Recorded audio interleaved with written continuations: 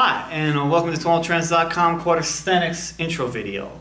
Okay, so I remember when I was first learning guitar and I happened to come across what they call a chord book. You've seen these things. They got a whole bunch of chords and that's their thing.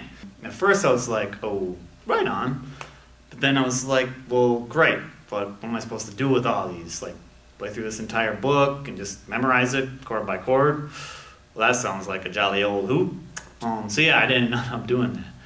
The problem with it was there wasn't any rhyme or reason to it, and no particular reason why I should learn all these chords. So what I'm getting at is this. I might have liked it better, or it would have been more useful to me if there was like a chapter in there somewhere that was something like, hey, learn these first, buddy. These are the best ones. And then learn these, and then learn these, and then these are cool because of this, and these are cool because of that. And on and on and on. Or it would have also been cool if there was like a part that was like, we'll learn these last, because nobody ever plays these chords ever. Because then I'd have been like, haha, that's to you. I'm going to learn all these first, because I'm a rebel, and I'm going to create a whole new brand of music from just these misfit, nobody plays them ever chords. You'll see, haha. But yeah, anyways, you know what I mean. When you're faced with a whole bunch of stuff, it's not very engaging, unless it's got some kind of noticeable hierarchy to it, or like an entrance point or some place to begin. And that's why I started Tonal Trends Chordisthenics. It's like a chord book that takes you on a tour of what chords are the most used and then on down. And it helps you practice your chords in a way that's intuitively closer to how people actually use chords in pop music. Okay, so these little chord exercise videos come in two different kinds.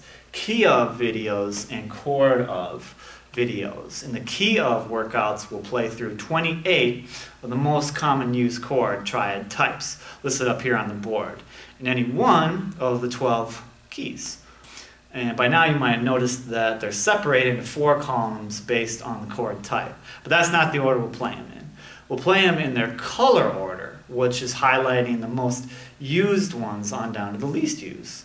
So yeah, first we'll play the red chords, the most popular played chords in music, which can be found in over 20% of songs. Oh, and what's cool about doing it this way is that you can customize your chord workout length to go only as long as you care to go. So you don't have to learn all 28 chords before you start. I mean, if you want, you can just do the red chords. And then you can progress on to learning and playing the green chords, the next most popular chords, which can be found in between 10 to 20% of songs. Then we'll play the blue chords, which can be found in between 4 and 10% of songs.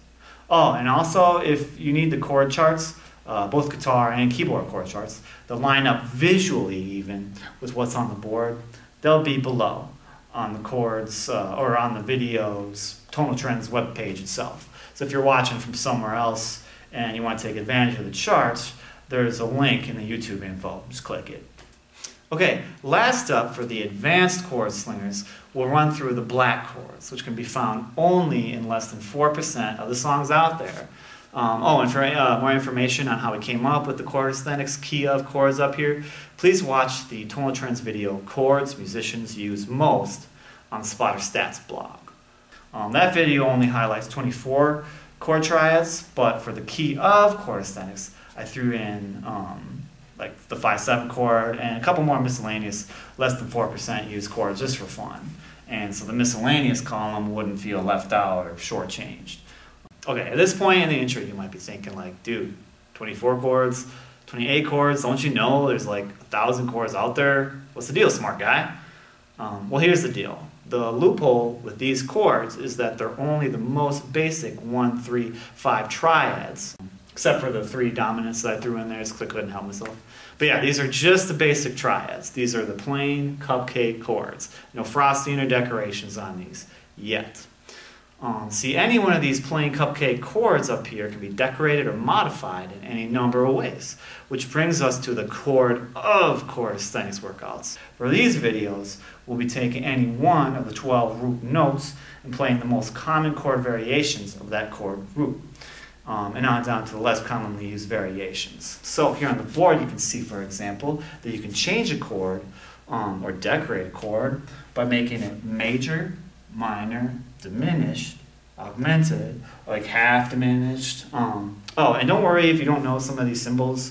You learn them real fast with practice. I mean, there's not like really a lot of them.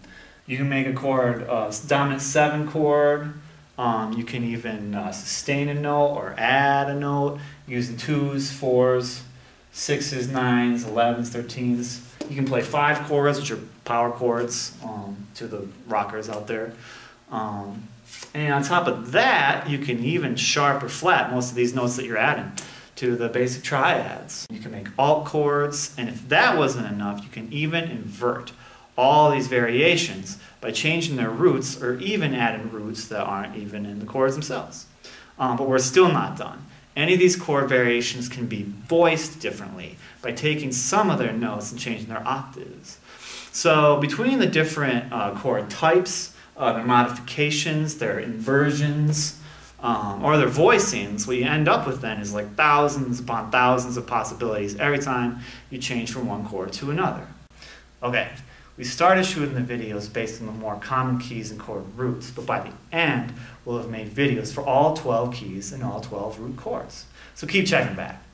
And for a better explanation of why we're shooting in the order we are, watch the keys musicians use most video and spotter stats. All right, ready to pump some iron?